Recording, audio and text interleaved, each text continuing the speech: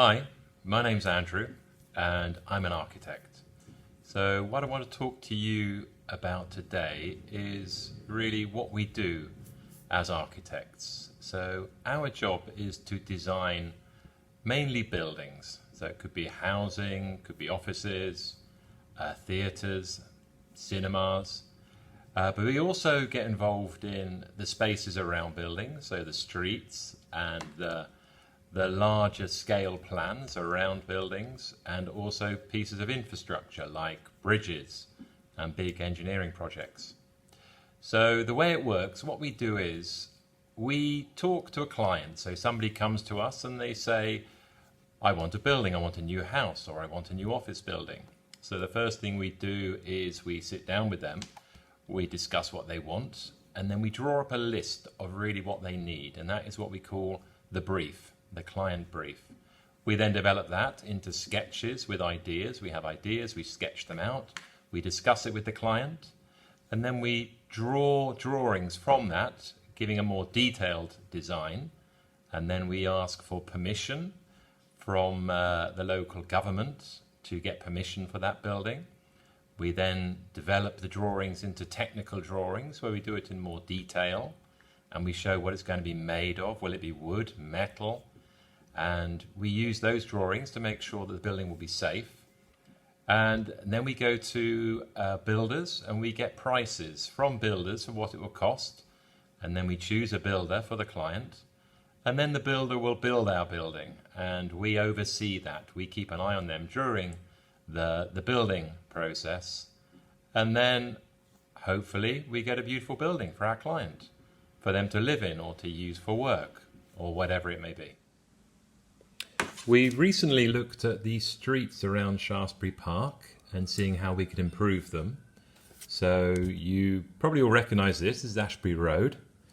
And so the first thing we did, we sort of prepared sketches where we actually looked at what was wrong with Ashbury Road. So what we found was there's a lot of parked cars down here, which means that parents and children have to sort of try and squeeze between the cars, which is in itself quite dangerous. There's a lot of traffic, parents dropping off outside the school. We have narrow pavements, overcrowding at the entrance, a number of issues with the street. And then we sort of look at solutions for that. So we suggested, for instance, that you could remove the cars from the road and provide a single cycle path. So we have a shared surface that gives us the opportunity for improved landscaping. We can put bike racks, benches for parents and children to sit on. We can put some new greenery in, new trees, maybe put a mural on the outside of your wall rather like on the inside to create more visibility for the school, encouraging cyclists, making it a more welcoming, nicer place for the children to be. And then we also then take that original photograph and we change it and we actually show what sort of space you could get outside your school. So you see here, you see the improved landscaping, bikes, landscaping, and altogether a nicer place. And then we did the same for Holden Street. So here you see Holden Street as it is today. And so what we might do for this one, what we often do is we lay a piece of paper over that street and then we look at how could we improve it. So there's a pavement down this side and with some nice trees on, so we can keep those, and hedges down the side where the houses are, and that's a nice environment for sort of parents to walk along and children to be. We don't want any cars on the street here or here or here, so we get rid of those. And then we could say pedestrianise the street, so we can put a raised curb up here so that cars no longer can speed along in front of your school. They can't park here. But this then becomes a shared surface with nice cobbled landscaping or something, which allows children then to be able to walk across quite safely, and parents can cross that road without the danger of being hurt. And then the other pavement here, we have the pavement here. We could maybe put some flowers on that pavement, widen it a bit and create a nicer area there. There's an existing tree in front of the school entrance and maybe some more planting. So we add a few trees along this street here, making it a nice green boulevard. You have the school wall here, the entrance gate. So this becomes a much more welcoming, nicer space for the parents, for the children to arrive. And then you have the school here in the background. And we put a few windows in it, gable end, a few more windows, maybe some signage. Oh, better move it along a bit. Put a sign here for let people know there's a school. And then we sort of created a new space in front of the school. And with a bit of nice planting, we can give it some greenery. There we go. Some softer paving on the street. A few school uniforms for the children. And a bit of brickwork on Shaftesbury Park.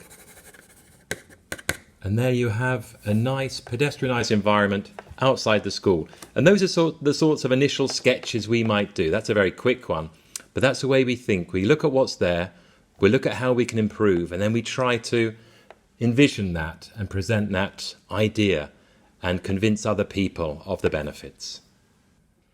And it's not just us who work on this. We're just one small part of a very large team. So whilst the architect is probably the person who gets involved first and oversees the whole process, we are helped by lots of other people like engineers. We have structural engineers who do the calculations to make it stand up. We have civil engineers who do the drainage. We have lighting, who look at the amount of light in the building, acoustic engineers who look at the sound. There are landscape architects who look at the green spaces around the buildings, fire engineers, sustainability consultants who will look at the amount of energy we're using and making sure that our building is not going to harm the planet. So we're just one part of a very big team, and together that team, led by the architect, turns the wishes of a client into ideas and develops those into buildings. And I'll give you a few examples just to show you how we go about this. With the COVID pandemic, our high streets and communities are undergoing enormous change. People aren't going into the offices anymore. We're spending more time at home. Shops are closed. Bars and restaurants can't operate. And as architects, it's our job now to start looking at how we can reuse these buildings and get them working again. So finding new uses, breathing new life into these empty buildings. So examples of this, we recently converted an old Victorian school building into apartments for living in, converted an old disused factory into new modern workspaces, and we took an old disused empty community centre and refurbished that into a new community hub with new housing. Here's an example of work we've been doing since the pandemic. So we were approached by a client who owns a building here which links the high street through to this other street, and it's a big bar, cafe, restaurant which has been empty now for months with the pandemic. So we visit the building, we measure things up, we take lots of photographs to understand the surroundings. We look at it on all sides to understand the complexity of it, and also inside, so we can actually see the large spaces, and these there's a couple of stories under the ground. And so the client wanted us to come up with ideas for them of what could they do with this building. So then we do drawings of the building. So we draw it as a flat drawing, a two-dimensional drawing in plan. And we also do three-dimensional drawings like this. So this is viewed from one side. So the blue is showing the bar restaurant. And then there's a couple of stories of housing on top. And the way we might go about something like this is, here you have the floor plan of the building, and there's a staircase here on that side, and there's a staircase here on this side.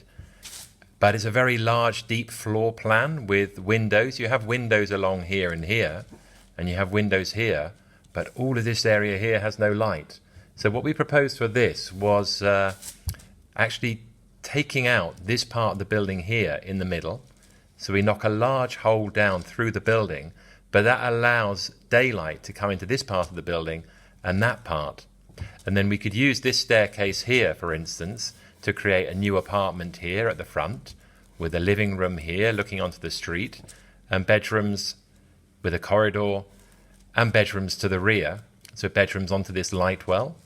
And then here we have the opportunity to create maybe a lobby and 2 apartments. So we have 1 apartment up here and 1 apartment down here, and we can place the living room here on the corner with light on 2 sides, and a bedroom here onto the side street. And here we could put a large living room here with windows that way, and a bedroom here. So that's the way we go about sort of designing and working out what we could do with this building. Or maybe we do something different. We could say, well, maybe it could be a student accommodation, or a hostel, or accommodation for homeless. So in that case, we might then choose to sort of put a corridor down one side. So you could do a corridor here, because that links the 2 escapes, or the 2 entrances. So you can have a front door on both streets, and both serve then as a fire escape. And that allows you then to create these smaller rooms. If we create that void in the middle of the building, it allows us to put an apartment or a studio here with windows there. And then you can have a number of rooms along here as well. So suddenly you've got five student rooms, or again, could be for the homeless. Another option might be, we may then choose or present to the client the idea of, you don't use the existing escape stairs, you could actually create a new stair. So if we knock that hole in the middle of the building again here, and we put a new core here with stairs and lift, that would allow us then to place a corridor along this side, and then you've freed up, you get an apartment here, you can get one here, here, here, and the potential even for 2 on the end there.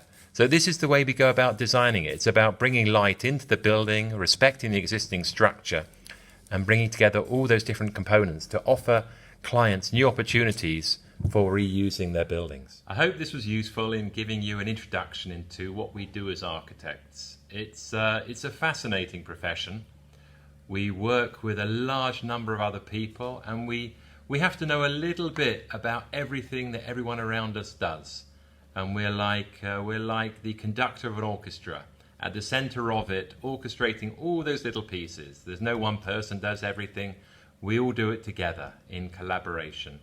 And especially now with the pandemic, it's really important that we work together and look at how we can get our community spaces and high streets in our cities back up and running again, and preparing for a new future.